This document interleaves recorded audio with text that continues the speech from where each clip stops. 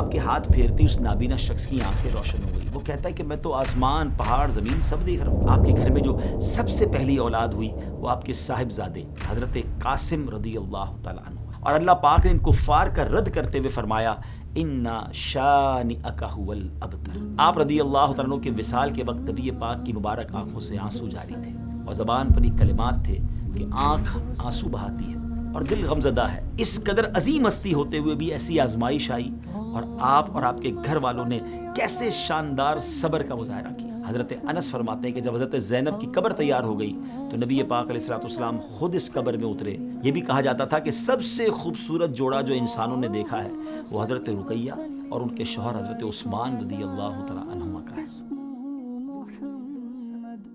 بسم اللہ الرحمن الرحیم. السلام علیکم ورحمۃ اللہ وبرکاتہ. ناظرین، ایک بار پھر ہماری ویب سیریز عظمت و شان اہل بیت رسول صلی اللہ تعالی علیہ وسلم میں آپ کو خوش آمدید کہتے ہیں.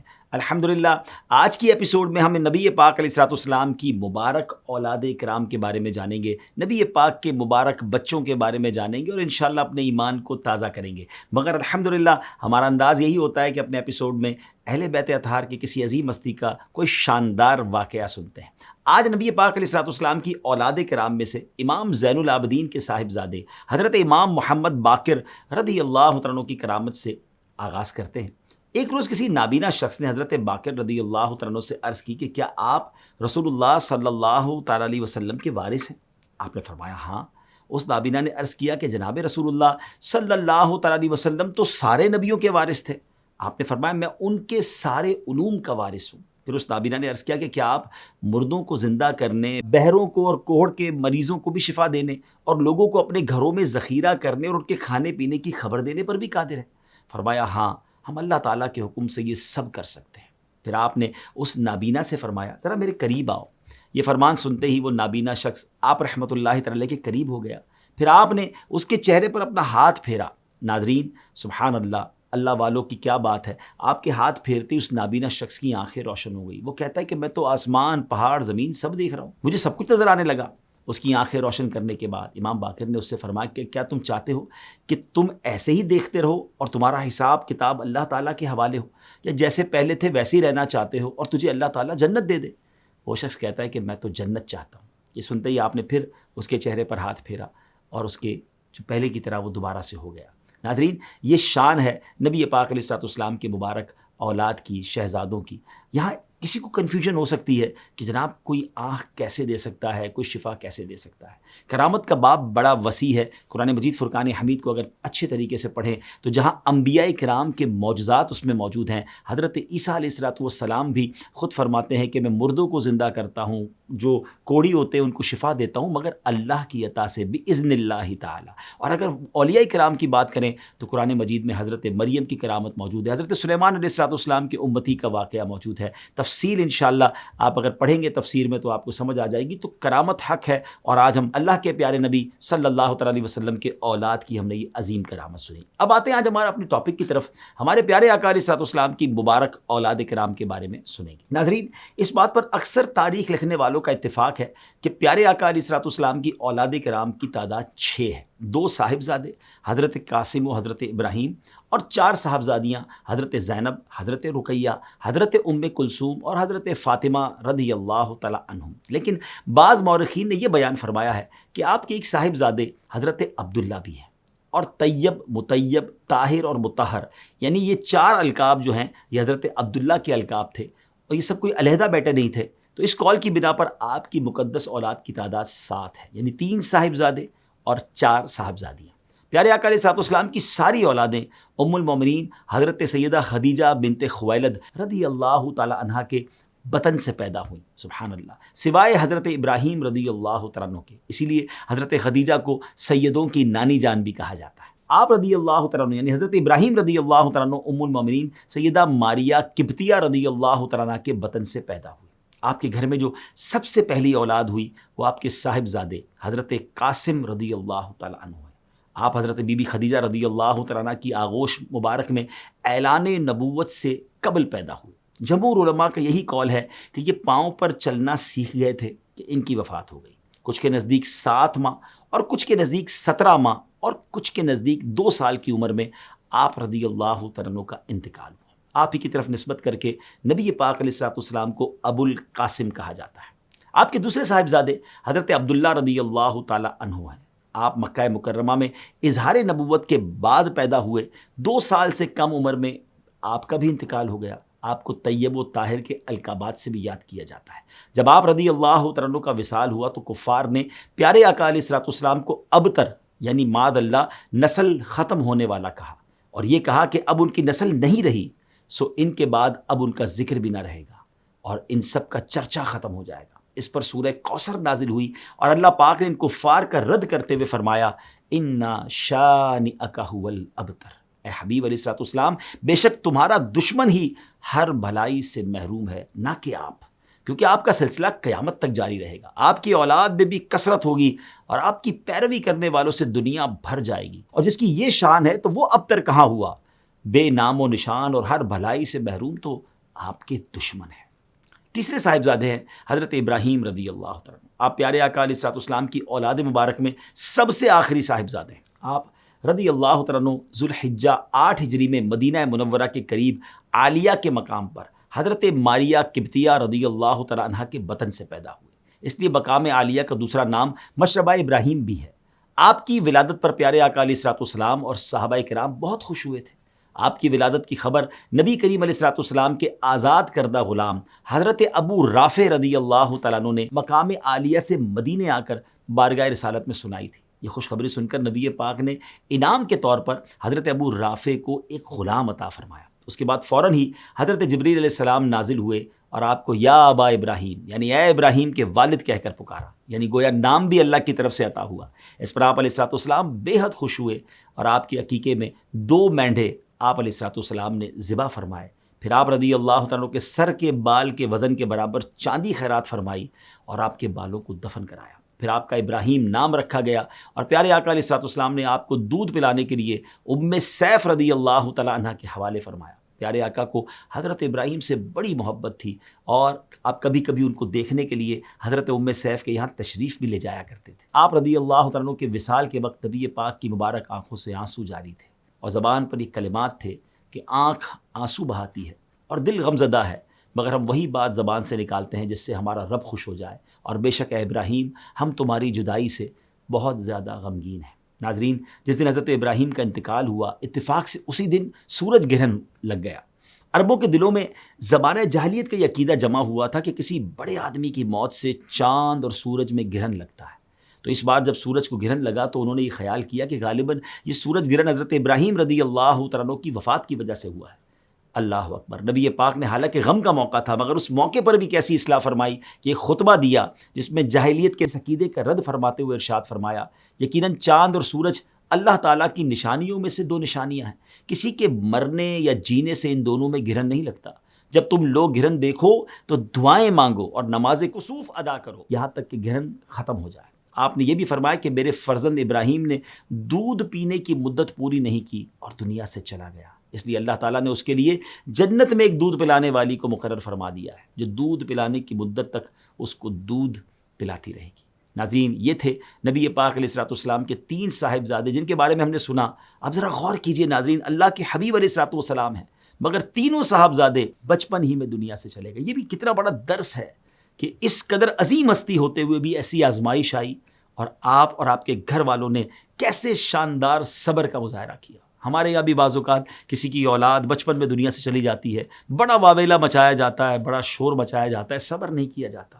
حالانکہ اگر یہ ذہن بن جائے کہ اللہ ہی کا مال تھا، اللہ نے لے لیا، اور یاد رکھیے جن کے نابالغ بچے دنیا سے چلے جائیں اور وہ اس پر صبر کریں تو سبحان اللہ حدیثوں میں یہ مضمون ملتا ہے کہ وہ بچے قیامت کے دن ان کی شفاعت کریں گے، ماں باپ کی مغفرت کا ذریعہ بنیں گے۔ اللہ کرے ہم ان باتوں سے درس حاصل کریں کہ ہم تو پیارے آقا علیہ الصلوۃ والسلام کے قدموں کی خاک کے برابر بھی نہیں، مگر ان عظیم ہستیوں پر بھی آزمائشیں آئیں، مگر یہ ہم سب کی تربیت ہے کہ صبر کیسے کرنا ہے۔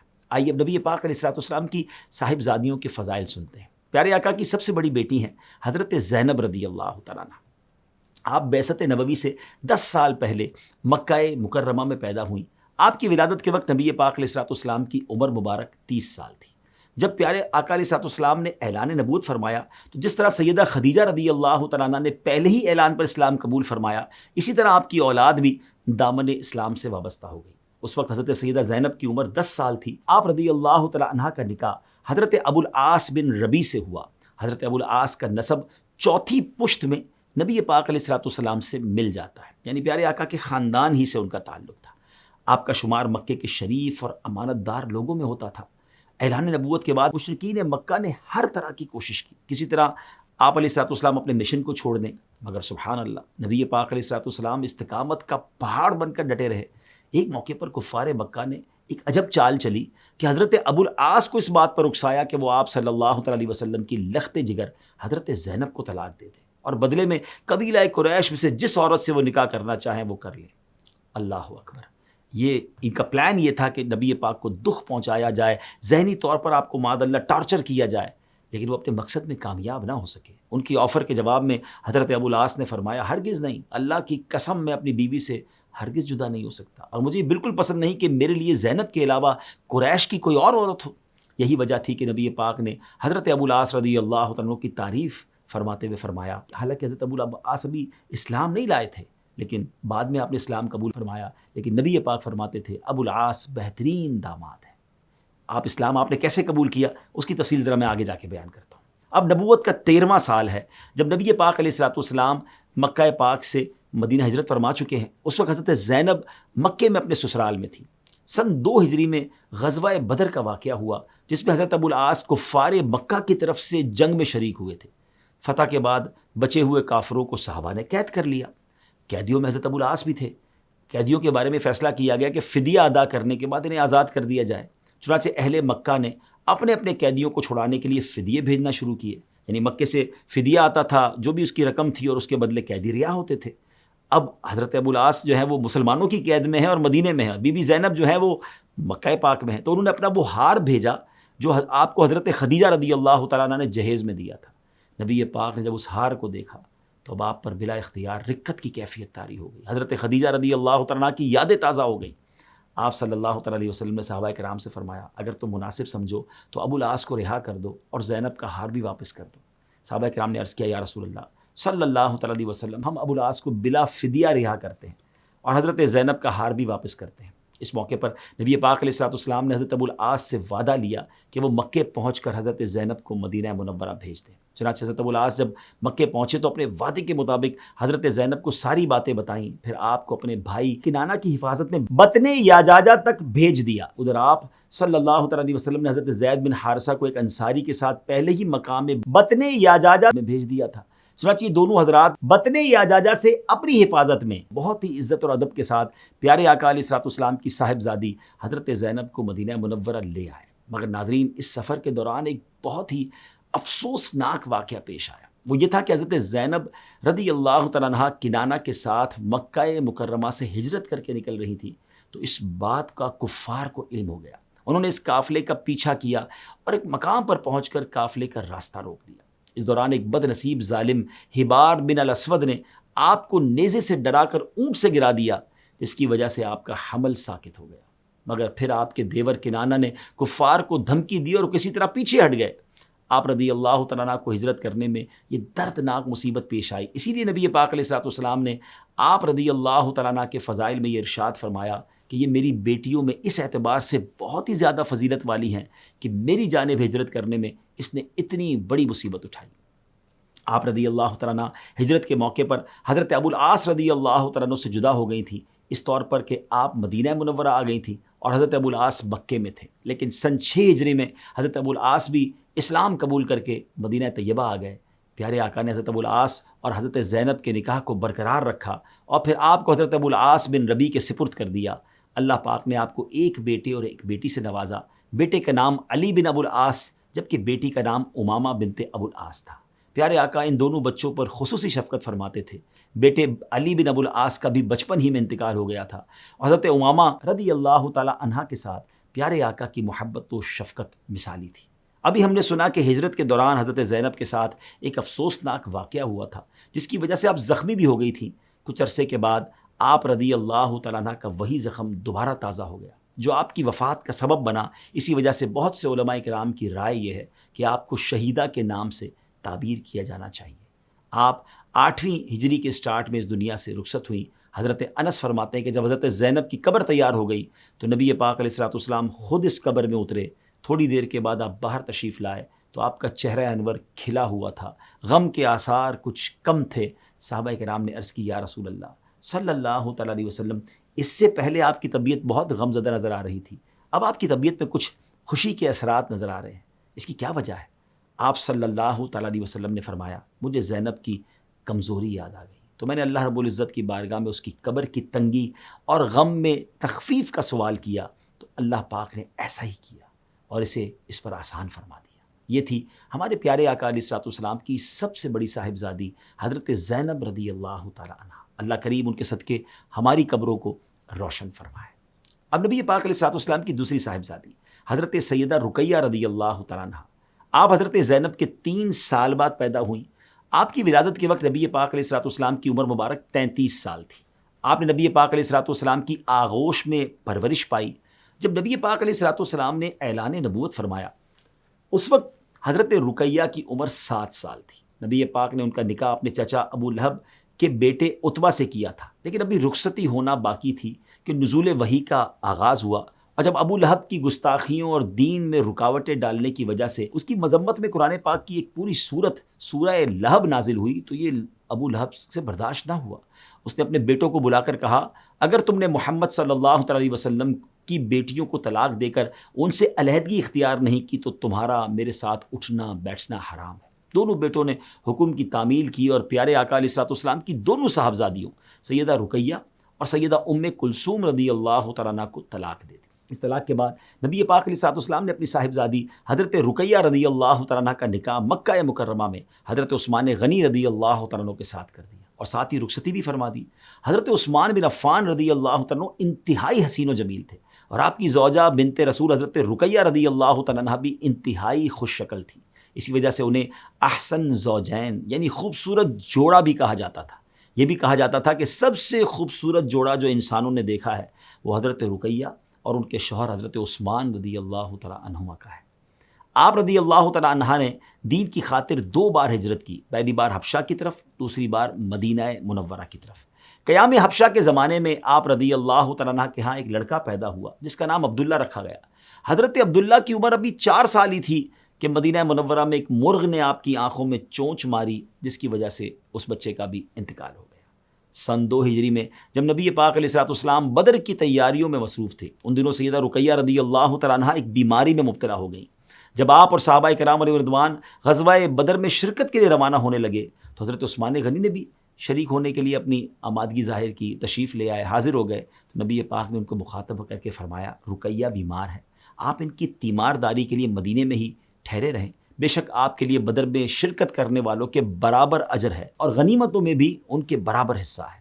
ناظرین یہ کمال ہے کہ حضرت عثمان غنی غزوہ بدر میں نہیں گئے مگر آپ بدری صحابہ میں شمار ہوتے ہیں کیونکہ آپ نبی پاک علیہ الصلوۃ والسلام کے حکم پر مدینہ منورہ میں ٹھہرے. آپ کی زوجہ حضرت رقیہ رضی اللہ تعالیٰ عنہ جو صاحبزادی ہیں نبی پاک علیہ الصلوۃ والسلام کی، ان کی تیمارداری کرتے رہے اور آپ کا وہ اجر ملا. بہرحال نبی پاک وہاں جنگ بدر میں مصروف تھے اور یہاں نبی پاک کی پیاری صاحبزادی سیدہ رقیہ رضی اللہ تعالیٰ عنہ کا انتقال ہو گیا. آپ رضی اللہ تعالیٰ عنہ کی تجہیز و تکفین کے تمام معاملات حضرت عثمان غنی رضی اللہ تعالیٰ عنہ نے سر انجام دیے. اب تیسری صاحبزادی ہیں حضرت سیدہ ام کلثوم رضی اللہ تعالیٰ عنہ. آپ رضی اللہ تعالیٰ عنہ حضرت رقیہ سے چھوٹی ہیں. جبکہ پیارے آقا نے اعلان نبوت فرمایا تو آپ بھی اپنی بہنوں اور والدہ کے ساتھ دین اسلام سے وابستہ ہو گئیں. آپ کا نکاح بھی پہلے ابو لہب کے دوسرے بیٹے سے ہوا تھا مگر رخصتی سے پہلے ہی ابو لہب کے کہنے پر اس نے آپ رضی اللہ تعالیٰ عنہ کو طلاق دے دی جس کی تفصیل ہم نے پہلے بیان کر دی ہے. بہرحال خاندان نبوت کے دیگر افراد کے ساتھ مکہ مکرمہ سے مدینہ منورہ کی جانب انہوں نے ہجرت کی.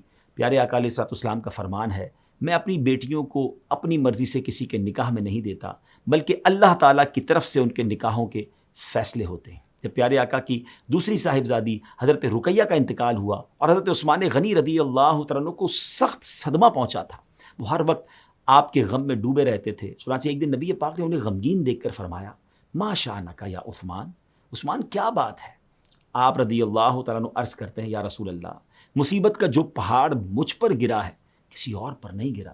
اللہ کے رسول صلی اللہ علیہ وسلم کی بیٹی جو میرے نکاح میں تھی وہ انتقال فرما گئی جس سے میری کمر ٹوٹ گئی اور وہ رشتہ مساہرت یعنی سسرالی رشتہ بھی ختم ہو گیا جو میرے اور آپ کے درمیان تھا. نبی کریم علیہ الصلوۃ والسلام نے آپ کو تسلی دی اور فرمایا میرے پاس جبرائیل آئے ہیں اور مجھے خبر دی ہے کہ اللہ تعالیٰ نے مجھے حکم فرمایا ہے کہ میں کلثوم کا آپ کے ساتھ نکاح کر دوں اور جو مہر رقیہ کے لیے مقرر ہوا تھا اس کے برابر کلثوم کا مہر ہو رضی اللہ تعالیٰ عنہ. چنانچہ اس طرح کلثوم رضی اللہ تعالیٰ عنہ کا نکاح حضرت عثمان غنی کے ساتھ ربیع الاول سن 3 ہجری میں ہوا اور جمادی الاخری میں آپ کی رخصتی ہوئی. آپ رضی اللہ تعالیٰ عنہ 6 سال تک حضرت عثمان غنی کے نکاح میں رہیں. روایت کے مطابق آپ سے حضرت عثمان غنی کی کوئی اولاد نہیں ہوئی اور آپ کا انتقال شعبان 9 ہجری میں ہوا.